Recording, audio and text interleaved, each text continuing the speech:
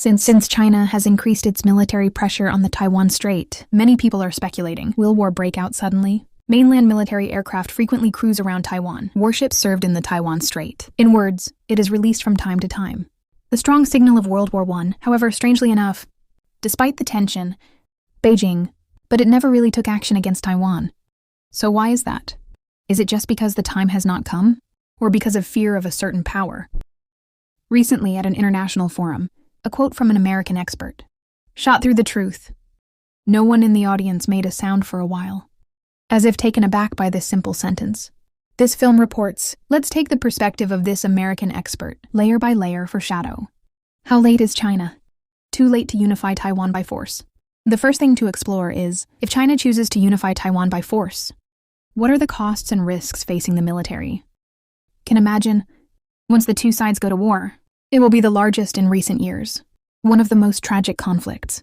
Although the Taiwan Strait is narrow, but it's hundreds of kilometers wide, for the People's Liberation Army, this meant that amphibians had to cross seas. Landing operation. Historically, amphibious landings have been recognized as one of the most difficult military operations. Since the People's Liberation Army's self-defense counterattack against Vietnam in 1979, there was no real fighting, not to mention large-scale landing operations. The equipment is now modern, but the actual combat experience is almost blank. A unit that lacks practical combat experience rashly launched such a huge workstation operation.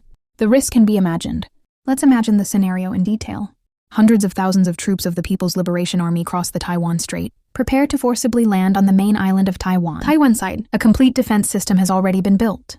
From the shore beachhead, unannounced visit missile, to the elite army and reserves. The troops are waiting eagerly. If the People's Liberation Army does come, what awaits them will be a hail of bullets. Even if the People's Liberation Army, it has a large number of missiles and air forces. It can strike and suppress military targets in Taiwan. But to be completely destroy Taiwan's defensive will and ability, it's not consciousness. What's more, the Taiwanese military and civilians can also take advantage of the terrain to launch a tenacious resistance. The main island of Taiwan is mountainous and hilly. Once the People's Liberation Army cannot break through several major ports and beachheads, you're in a dilemma. It's hard to retreat then. The offense is more difficult. Casualty figures will continue to rise. And here's what's even worse. Once the conflict escalates, the Taiwan Strait is likely to be more than just a cross-strait war. The United States has been suggesting we will not sit idly by and watch Taiwan be annexed by force. The U.S. military and its allies, likely to intervene directly or indirectly. Imagine if an American aircraft carrier, battle groups, and advanced submarines are deployed in nearby waters. Be ready to attack the landing mission of the People's Liberation Army at any time and logistics supplies. What will happen? China's largest army, under the siege of powerful naval and air forces such as the United States and Japan, may also pay a heavy price.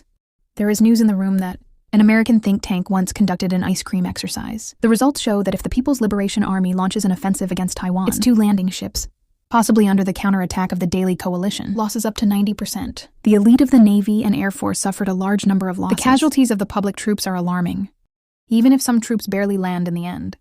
It is also difficult to fully occupy the whole island, you could say. Militarily, even if China eventually takes Taiwan, it's almost destined to be a miserable victory. The price of victory is unbearable. Not to mention the possibility of failure. That would be a serious blow to the Beijing regime. So from a purely military perspective, Beijing's top brass definitely understand that attacking Taiwan will not be easy. If it is reversed, it may be a dangerous adventure of blocking the country's luck. Except for the hail of bullets, military risk of loss of life. The unification of Taiwan will also come at a huge economic cost. This also made Beijing throw sacrificial artifacts. Today's China is deeply integrated into the global economic continent. It is an important production base for many multinational enterprises. Once the Taiwan Strait goes to war with the market, Western countries are almost certainly, it will send severe economic sanctions against China. From the situation of the recent Russo-Ukrainian war, you can get a glimpse. After Russia invaded Ukraine in 2022, the United States and Europe joined forces. Unprecedented economic sanctions were imposed on Russia. A large number of Russian overseas assets have been frozen. Key technologies and product embargoes.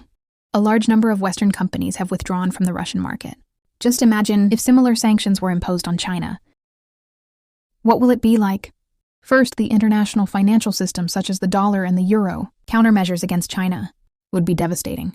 China has huge foreign exchange reserves and overseas assets. Once the United States freezes Chinese funds overseas, restricting Bank of China's access to SWIFT international settlement system, China's foreign trade will be paralyzed in an instant. China's annual total import and export trade as a share of GDP, quite a large proportion.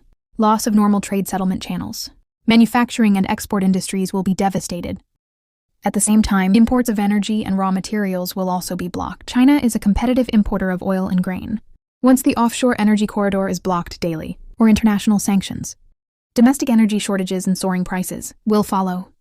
This is not a problem that can be solved in a few months. In the long run, it may even lead to socio-economic, systemic crisis. Secondly, the withdrawal of foreign capital. It will have a serious impact on the Chinese economy. Over the years, China has attracted a large amount of foreign investment in setting up factories. No, the supply chain of less international brands is deeply rooted in China. If the authorities target Taiwanese animals, multinational companies are bound to panic, even if Western governments don't force companies to leave.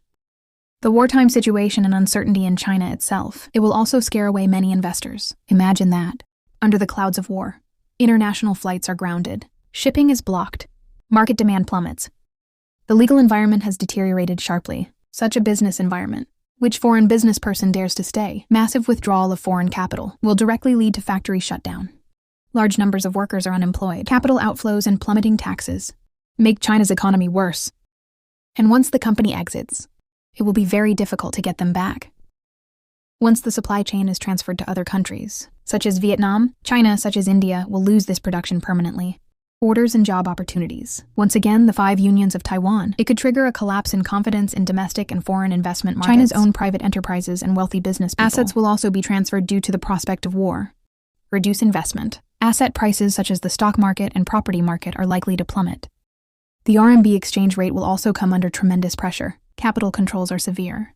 It is also difficult to resist market panic. You could say, the impact of waging war on China's economy. It will be no less than a financial crisis. The fruits of Beijing's years of hard work. Possibly under the double blow of war and sanctions. One hit to zero. Such a severe economic cost. It's really Beijing dare to trade. One of the major concerns about the use of force. Because of this, some analysis points out that Zhongnanhai has been hesitant to take action against Taiwan. The economy is a hurdle they can't get around. When discussing the Taiwan Strait issue, we cannot afford to lose sight of the larger context. That is the current pattern of Sino-US strategic confrontation. Decades after the end of the Cold War, China and the United States are now gradually towards a new Cold War or strategic competition. The Taiwan issue is at the center of this confrontation, become a red line that both sides closely monitor. For Beijing, the Taiwan issue is a core interest. It is the cause of national unity. It is even regarded as a major debate on the legitimacy of the Communist Party of China regime. Beijing has repeatedly emphasized prevent Taiwan independence at all costs and passed the anti-secession law in 2005. Publicly state that if there is a situation such as Taiwan independence, we will resolve the Taiwan issue in a non-peaceful manner. This means that, in the eyes of Beijing, certain bottom lines in the Taiwan Strait situation must not be touched. For example, Taiwan officially declared independence, foreign troops stationed in Taiwan, etc. These are China's red lines. And for the United States, Taiwan was included in the overall framework of the Indo-Pacific Strategy, Washington, D.C., in 1979, recognizing the One China principle when establishing diplomatic relations with Beijing, but at the same time passed the Taiwan Relations Act to continue to support Taiwan's defense, provides a legal basis. U.S. official so far. It's a policy of strategic ambiguity, not clearly stated in Taiwan. Do you send troops to help in the event of a war in the sea? But judging from the various actions of the United States in recent years, China has been prevented by force.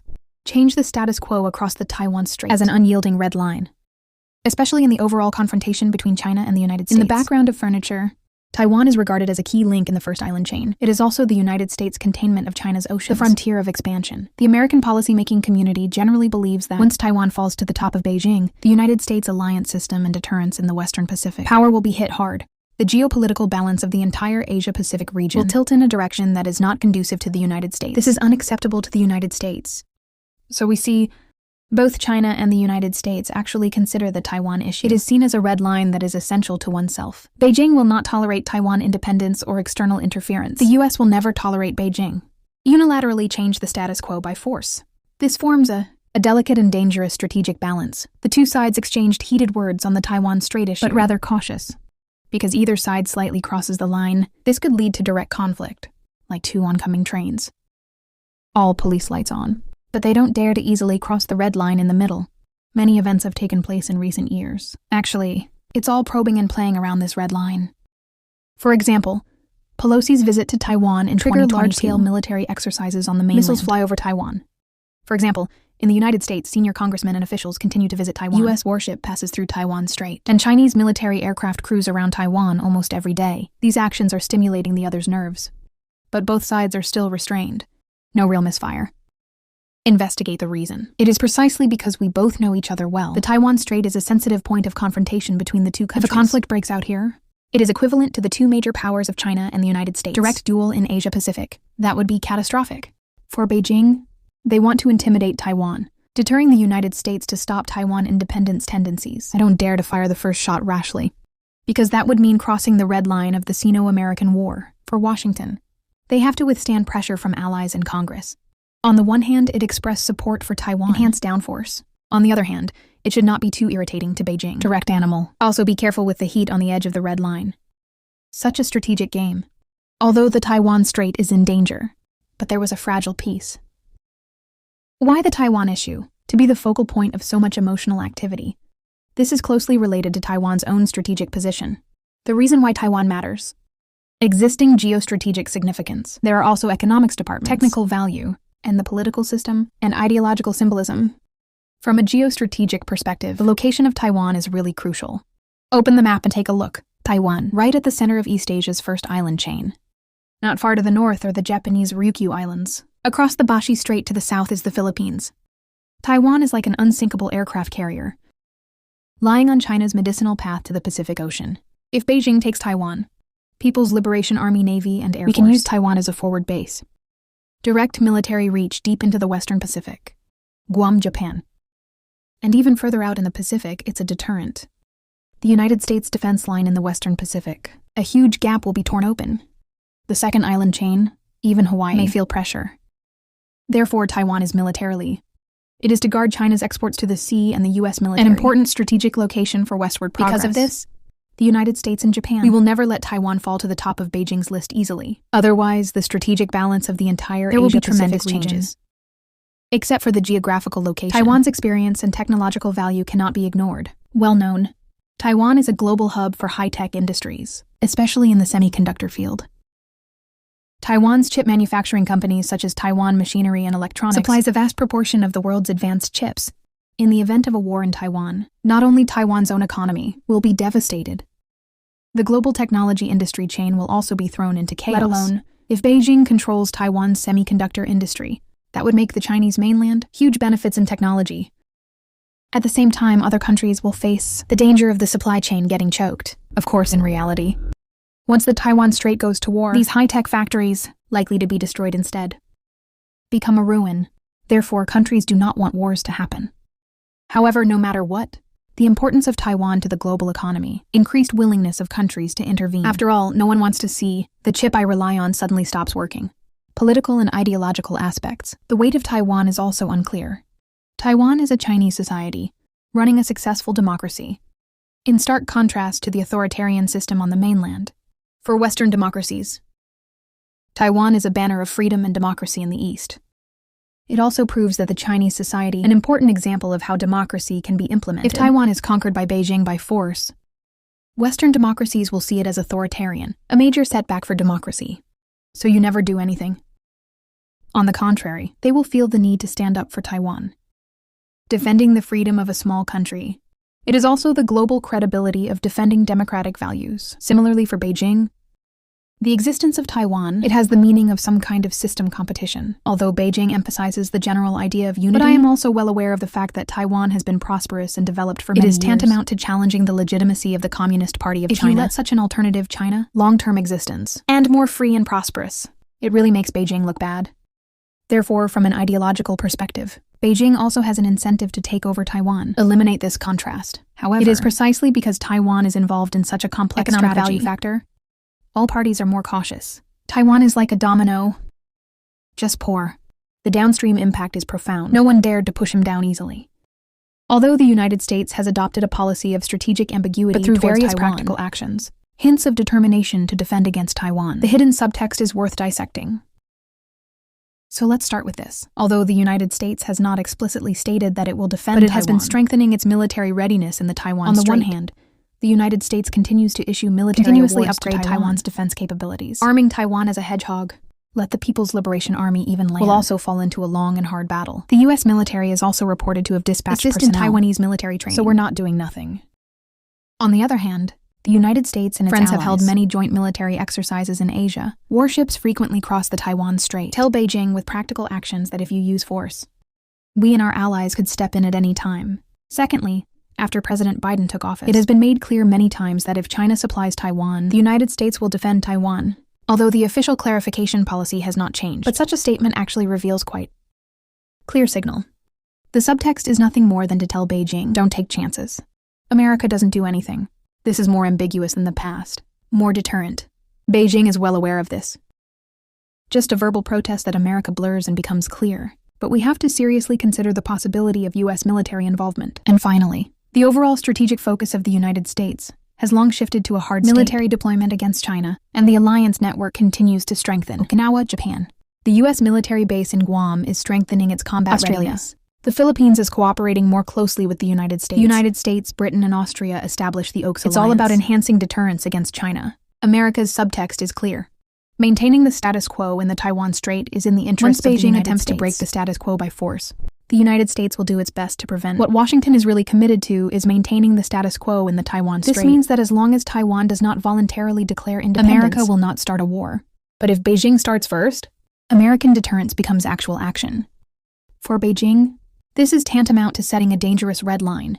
If the Taiwan Strait War breaks out, it's not just military versus economic. It will set off a tsunami of global public opinion, a chain reaction that brings about democracies. Can imagine, when Taipei burns on TV, when the footage of citizens fleeing, how will the international community respond? First of all, international public opinion is almost certain to side Beijing Gongtai, like Russia invading Ukraine, received global condemnation. China's animals in Taiwan will be considered a blatant aggression. The media reports civilian casualties. The tragic picture of the refugee dynasty will spark global sympathy and indignation. Beijing will bear a heavy moral burden. Become a place of importance. This is responsible for always wanting to shape China's image as a great power. It's not worth the cost. Secondly, democratic countries are bound to form a united front. Comprehensive sanctions and countermeasures against China. Western allies led by the United States, not only will you do it yourself, it will also attract more countries to put pressure together. European countries in recent years also began to pay attention to Indian security. When the Taiwan Strait goes to war, they are likely to be involved diplomatically and economically. Cooperate with U.S. sanctions against China. Democracies may even form a roundtable alliance, providing weapons like assisting Ukraine. Intelligence and humanitarian assistance. China will therefore be isolated as never before. Break with the world's major economies. Almost become the opposite of the world. Once again, the neighboring countries will also put everyone in danger. The regional situation is generally tense. Japan may take the opportunity to significantly expand its military preparations. Australia and Southeast Asia will double down on U.S. protection. India may also take the opportunity at the Sino-Indian border, move to China. China v. System Taiwan. It's like opening the Pandora River. Regional arms race. The furniture safety situation has taken a sharp turn for the worse. China has already been affected by the South China Sea. Hong Kong and other issues have strained relations with the West. If you invade Taiwan's notoriety in the cup, China-US and China-EU relations will both fall to a freezing point. Those who can stand on China's side, then, I'm afraid only a few, such as Russia. Countries like North Korea. China will lose the vast majority of its international market and partnership opportunities. Long-term development is overshadowed. The last workbench may also mark the official outbreak of a new global Cold War.